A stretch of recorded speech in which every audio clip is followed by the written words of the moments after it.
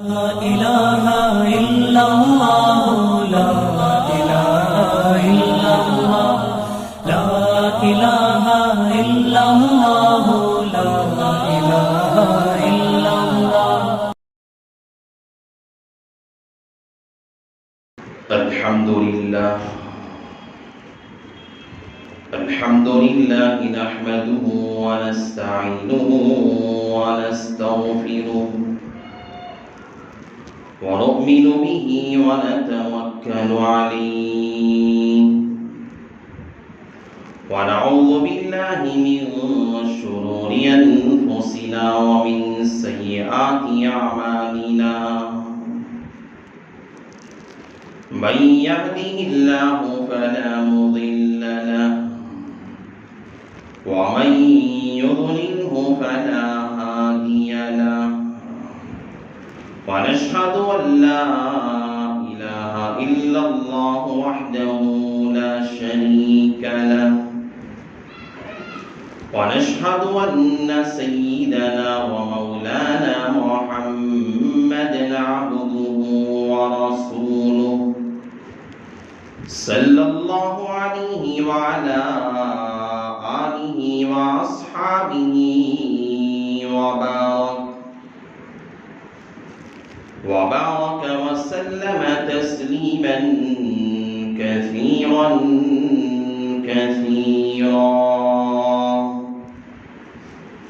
أما بعد فأعوذ بالله من الشيطان الرجيم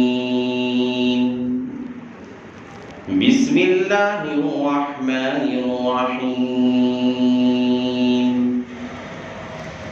لقد كان لكم أسوة حسنة في إبراهيم والذين معه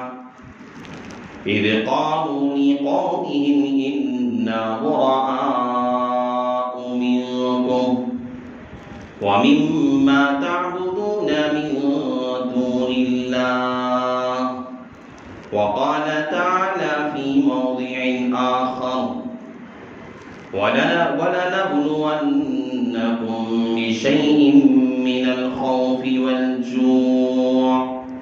والجوع ونقص من الأموال والأنفس والثمرات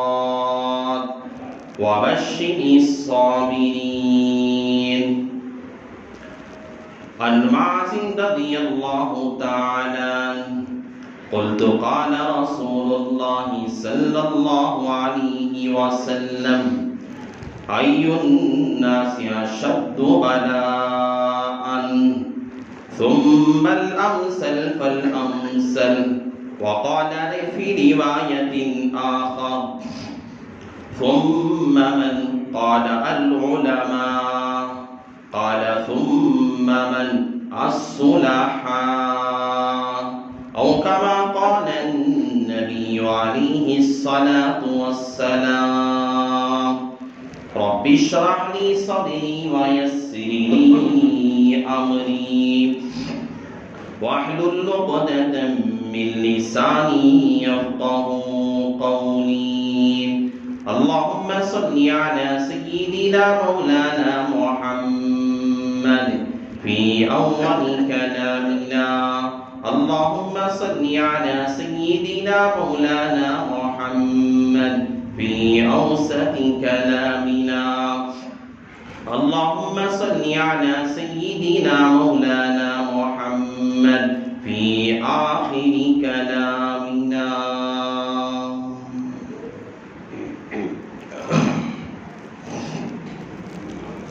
معزز سامعین کرام، میرے غیور مسلمان بھائیوں،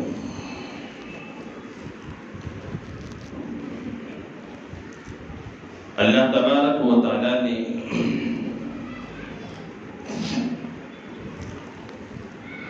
اس کائنات کی تخلیق کرنے کے بعد جتنے بھی عہد جتنے بھی زمانے گزرے ہیں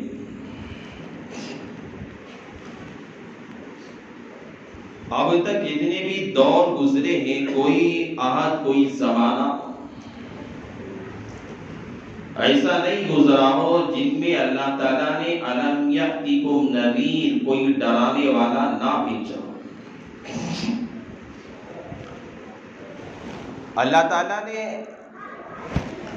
ہر زمانے میں ہر دور کے اندر جب سے اللہ نے اس کائنات کو اللہ نے پیدا فرمایا ہے اسی وقت سے ہر دور میں اللہ نے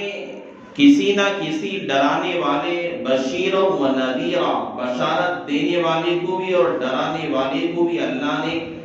کائنات کے اندر کسی نبی کی شکل میں کسی رسول کی شکل میں کسی پیغمبر کی شکل میں اللہ تعالیٰ نے کائنات کے اندر بھیجا ہے۔ اور تقریباً 1,00,000 سے زیادہ حضرات انبیاء اس کائنات کے اندر آئے۔ تعداد کے بارے میں علماء لکھتے ہیں جو تعداد 1,24,000 ہے یہ روایت صحیح طور پر قوی نہیں ہے۔ حضرت مفتی سعید صاحب پالنپوری رحمۃ اللہ علیہ نے لکھا کہ کوئی روایت قوی ایسی نہیں ہے جس میں تعداد انبیاء کو متعین کر سکے۔ اس لیے کسی نے کہا 1,25,000 انبیاء، کسی نے کہا 1,24,000 انبیاء، کسی نے 1,00,000 سے زائد انبیاء کا۔ الغرض اللہ تعالیٰ نے دور اول سے لے کر اب تک جو قرن گزرے جو زمانے گزرے کوئی زمانہ پیغمبروں سے خالی نہیں ہے، کوئی زمانہ انبیاء سے خالی نہیں تھا، کوئی زمانہ اللہ کے رسولوں سے خالی نہیں تھا۔ اللہ نے ہر زمانے میں نذیر ڈرانے والا بھیجا، بشیر بشارت دینے والا دنیا کے اندر بھیجا۔ اتنے سارے انبیاء کائنات کے اندر اللہ تعالیٰ نے آخر میں جناب محمد رسول اللہ صلی اللہ علیہ وسلم جیسی شخصیت کو دنیا کے اندر اللہ نے بھیجا،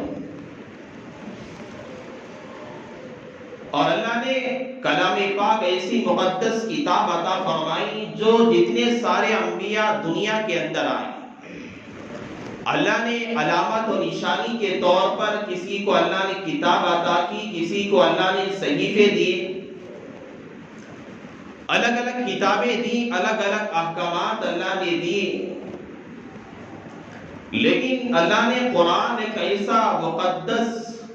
ایسا عظیم الشان معجزہ اللہ تعالیٰ نے اللہ کے پیغمبر کو اللہ نے عطا فرمایا جو تا قیامت تک آنے والی انسانیت ساری انسانیت تا قیامت تک پیدا ہوتی جائے گی، ساروں کے لیے ہدایت کا کارخانہ، ہدایت کا جو خزانہ ہے اللہ نے کلام پاک کے اندر لکھا ہے۔ حضرت عمر فاروق رضی اللہ تعالیٰ ایک مرتبہ انجیل کی تلاوت کر رہے تھے۔ اللہ کے نبی علیہ السلام نے دیکھا کہ انجیل حضرت عمر فاروق پڑھ رہے۔ حضرت عمر فاروق کوئی آج کے جیسا کوئی کم ہمت والا انسان نہیں تھا، حضرت عمر فاروق کوئی کمزور ایمان والے نہیں تھے، حضرت عمر فاروق وہ شخصیت تھے۔ اللہ کے نبی علیہ السلام فرماتے ہیں جب میں معراج پہ گیا میں نے خوبصورت سا محل میں نے جنت کے اندر دیکھا، اتنا بہترین محل تھا۔ جب میں نے جبرائیل سے پوچھا کہ جنت کے اندر کس کا محل، میں نے سمجھا اللہ نے میرے لیے تیار کر کے رکھا ہے۔ میں نے پوچھا، حضرت جبرائیل نے کہا کہ یا رسول اللہ یہ آپ کے امتی حضرت عمر فاروق کا محل اللہ نے جنت کے اندر تیار کر کے رکھا ہے۔ اللہ کے نبی فرماتے میں نے چاہا کہ میں اس جنت کے محل کے اندر جو عمر فاروق کے لیے بنا کے تیار کر کے رکھا ہے میں داخل ہوں، لیکن حضرت عمر کی غیرت مجھے یاد آ گئی، میں اس گھر کے اندر داخل ہونے کی ہمت نہ کر سکی۔ حضرت عمر فاروق وہ انسان تھے جو کائنات کے اندر روئے زمین پر کوئی بات حضرت عمر فاروق کرتے اللہ تعالیٰ آسمانوں پہ فیصلے کر دیتا، آیتوں کو نازل کر دیتا۔ اللہ کے نبی فرماتے ہیں اللہ نے وہ جوہر حضرت عمر فاروق کو دیا تھا،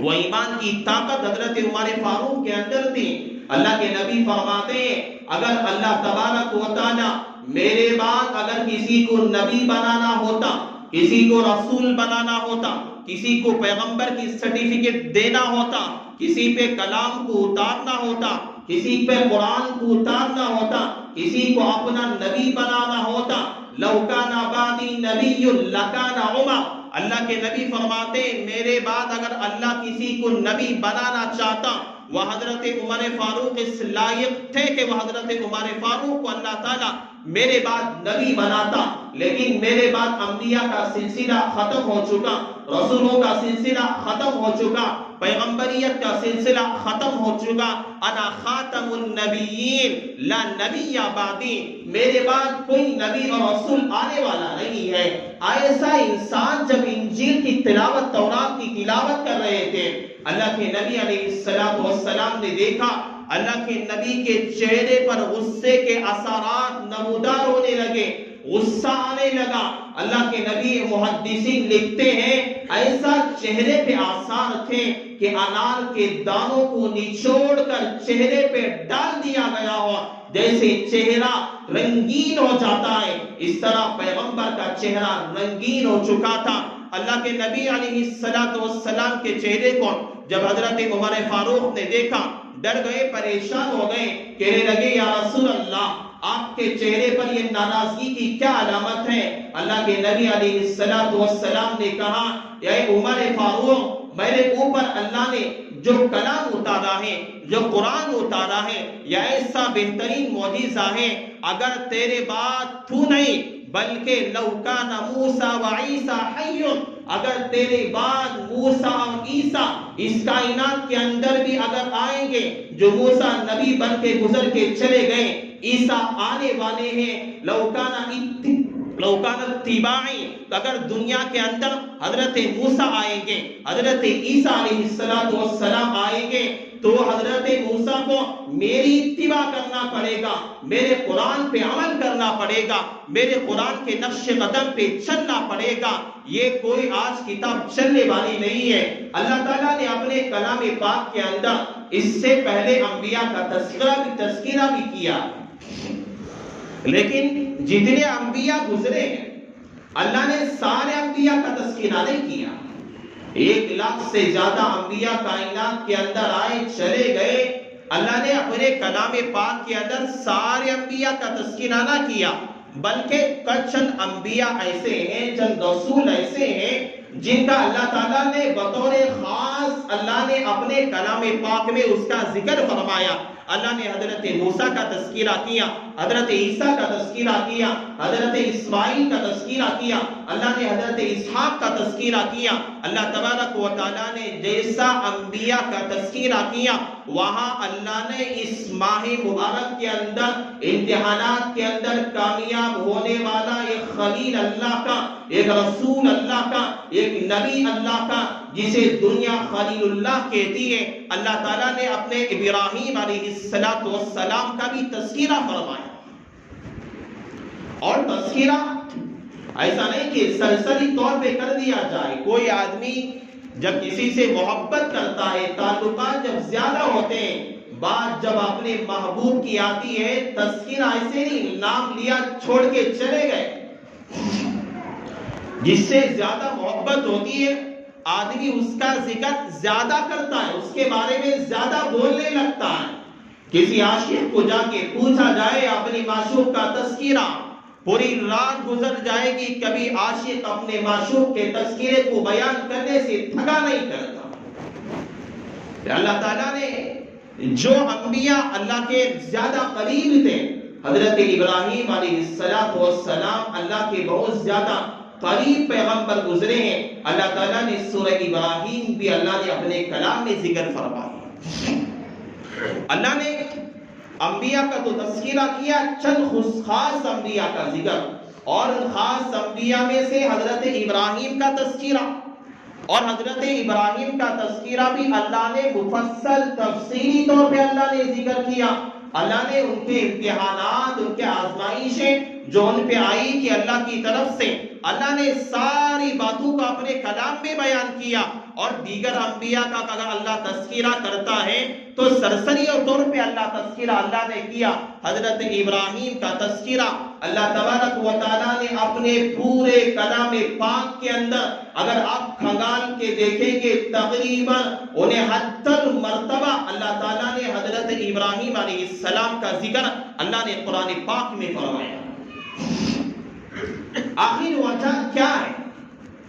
اللہ نے اتنا خاص تذکرہ، اور اللہ کہتا ہے یہ تمہارے لیے کتاب ہے جو میں نے نازل کی ہے، یہ تمہارے لیے ہر اس کا ایک ایک لفظ، اللہ کے کلام کا ایک ایک لفظ، ایک ایک نقطہ اور ایک ایک آیتیں، ایک ایک سورت انسان کی رہنمائی اور ہدایت کے لیے کافی ہو جاتی ہے۔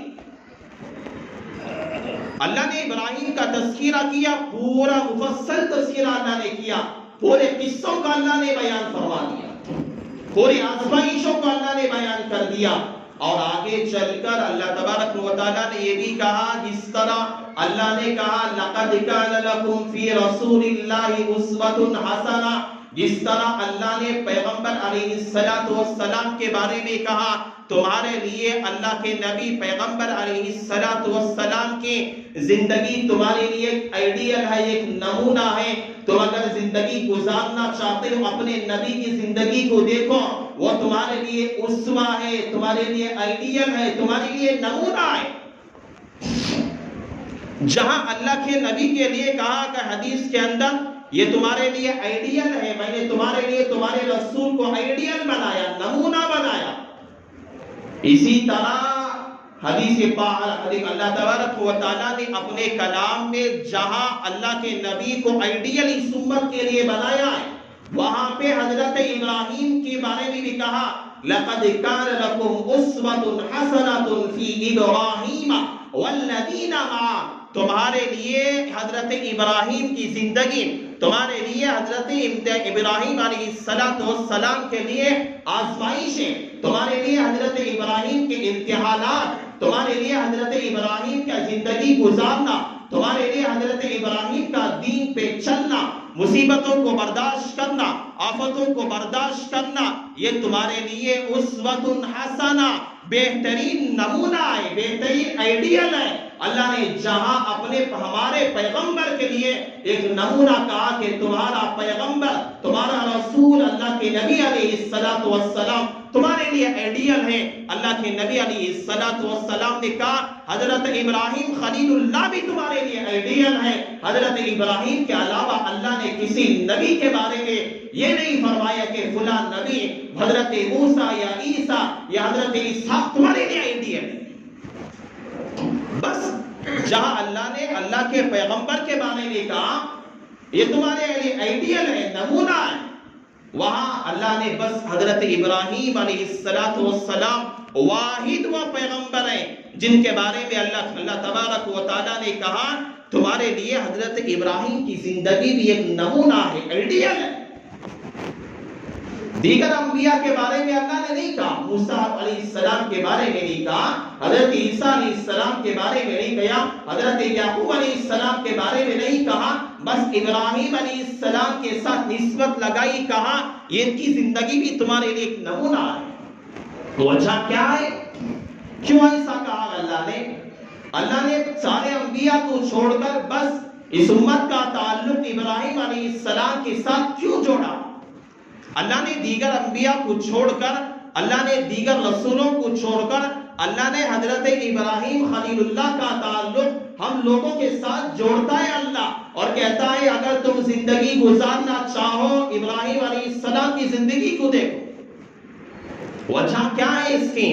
اس کی وجہ یہی ہے کہ اللہ تعالیٰ سمجھانا چاہتا ہے، رہنمائی کرنا چاہتا ہے لوگوں۔ جس طرح ایک پیغمبر حضرت ابراہیم کے اوپر حالات آئے تھے، مصیبتیں آئی تھی، پریشانیاں آئی تھی، یہ امت بھی ان حالات کا شکار ہوگی جس طرح حضرت ابراہیم شکار ہوئے تھے۔ جس طرح حضرت ابراہیم آزمائشوں سے گزرے تھے، امتحانات سے گزرے تھے، حضرت ابراہیم خلیل اللہ پر جب دنیا کے اندر آئے، اپنے گھر کا ماحول بت پرستانہ تھا، اپنا باپ دیکھتے بتوں کو تراشنے والا بھی تھا، بتوں کی عبادت کرنے والا بھی تھا، جو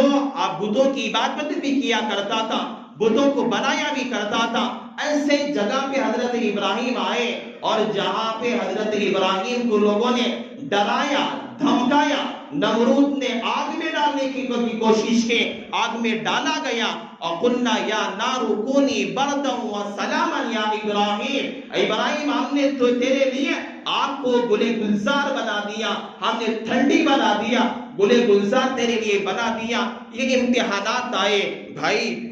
اللہ تعالیٰ نے حضرت ابراہیم علیہ السلام کا ایک نمونہ یہ دیا۔ آج ہندوستان کے اندر، پورے ہندوستان پہ اگر آپ نظر اٹھا کے دیکھیں گے، جو امتحان حضرت ابراہیم گزرے تھے، آج ہندوستان کے لوگ اسی امتحانات سے گزر رہے ہیں۔ آج لوگوں کی زبانوں پہ، آج حکمرانوں کی زبانوں پہ، آج حکومت کرنے والے جاہلوں کی زبانوں پہ، آج اناڑیوں کی زبانوں پہ، آج ظالموں کی جو ہے زبانوں کے اوپر، آج تشدد کرنے والوں کی زبانوں پر، آج مسلمانان اسلام کی زبانوں پر، اسلام کا خاتمہ کرنے والے لوگوں کی زبانوں پر، آج متشددانہ قسم کے لوگوں پر، جو مسلمانوں کی ماں بہنوں کی عزتوں کو لوٹنے والے جابروں اور ظالموں لوگوں پر اگر یہی الفاظ ہیں، اگر ہندوستان کے اندر اگر مسلمان رہنا چاہتا ہے، یا مسلمان کو چاہیے کہ وہ اسلام سے ہٹ کر ہمارے آبا و اجداد کی جو روایات ہیں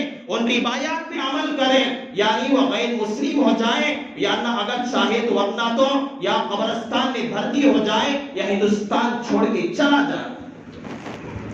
حضرت ابراہیم قرآن اٹھا کے دیکھو آپ لوگ، حضرت ابراہیم سے ان کی قوم کے لوگوں نے یہی باتیں کہی تھی جو آج ہندوستان کے اندر مسلمانوں سے کہا جا رہا ہے۔ حضرت ابراہیم سے ان کے اس زمانے کے نمرود بادشاہ نے یہی باتیں کہی تھی، آج جو مسلمانوں سے کہا جا رہا ہے، جو آج اسلام کے ماننے والے لوگوں کو ستایا جا رہا ہے، پریشان کیا جا رہا ہے، یہی آزمائش حضرت ابراہیم پہ آئی تھی، جو آزمائش آج ہم لوگوں پہ، پورے ہندوستان کے لوگوں پہ امڑ رہی ہے۔ کبھی جو NRC کے تعلق سے، کبھی CA کے تعلق سے، کبھی گائے ماتا کے تعلق سے، کبھی کا الگ الگ باتوں کے ذریعے سے آتی ہے۔ یہ آزمائش قرآن پڑھ کے دیکھیں گے، تفسیر اٹھا کے دیکھیں گے، اگر ہم لوگ جو ہے حدیث کی کتابیں اگر پڑھ کے دیکھیں گے، یہ باتیں ساری ہمارے سامنے آتی ہیں۔ اس زمانے کے بت پرستوں نے اور بت تراش لوگوں نے، اس زمانے کے نمرود نے جو سلوک حضرت ابراہیم کے ساتھ کیا تھا، بری آئین وہی سلوک آج ہندوستان کے مسلمانوں کے ساتھ ہو رہا ہے۔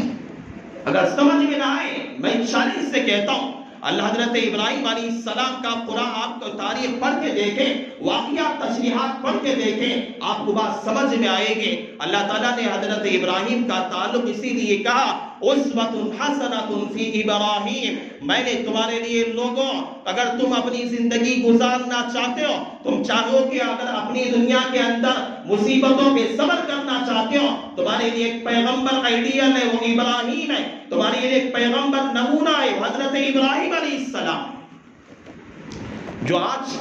عزتوں کو لوٹا جا رہا ہے۔ حضرت ابراہیم علیہ السلام، میں نے گزشتہ جمعہ بھی کہا تھا، حضرت ابراہیم علیہ السلام کی بیوی کے ساتھ مصر کے بادشاہ نے عزت کو لوٹنا چاہا تھا، بے عزتی کرنا چاہا تھا۔ حضرت ابراہیم علیہ السلام بے بس ہو کے قید کے اندر پڑے ہوئے تھے۔ آج مسلمانوں کے ساتھ، آج مسلمان کی ماں بہنوں کی عزتوں کو لوٹا، ماں کے پتے اس کے بھائی کے سامنے بہنوں کی عزتوں کو لوٹا جاتا ہے، باپ کے سامنے بیٹیوں کی عزتوں کو لوٹا جا رہا ہے، سامنے رشتہ داروں کے سامنے عزتوں کا کچھ لوٹا جا رہا ہے۔ آج یوپی کے علاقے کے اندر، آج مدھیہ پردیش کے علاقے کے اندر اگر آپ اخبارات پڑھیں گے، آپ کو معلوم ہوگا ہماری آج مسلمانوں کی ماں بہنوں کی عزتیں آج محفوظ نہیں ہیں۔ حضرت مفسرین کہتے ہیں کہ جس طرح سے اللہ تعالیٰ نے حضرت ابراہیم خلیل اللہ پہ آزمائشیں آئے، حضرت ابراہیم قید خانے کے اندر بند پڑے ہوئے تھے، اللہ تعالیٰ سے دعا کر رہے تھے، حضرت ابراہیم کے موجود ہوتے ہوئے ان کی بیوی کو مصر کا بادشاہ